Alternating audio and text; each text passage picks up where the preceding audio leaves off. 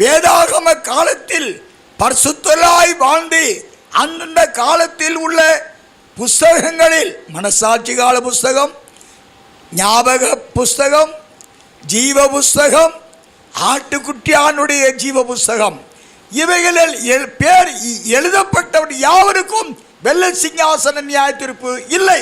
The people who lived obeyed to the word of the Lord.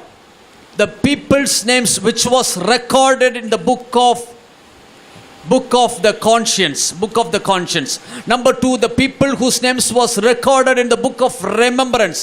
The people whose names was recorded in the book of the life. The people whose names was recorded in the book of the Lamb of God. About these names, they won't be judged in the white throne judgment. இந்த பெயர் எழுதப்பட்டவர்கள் அனைவரும் ரகசிய வரியிலே அல்லது முதலாவது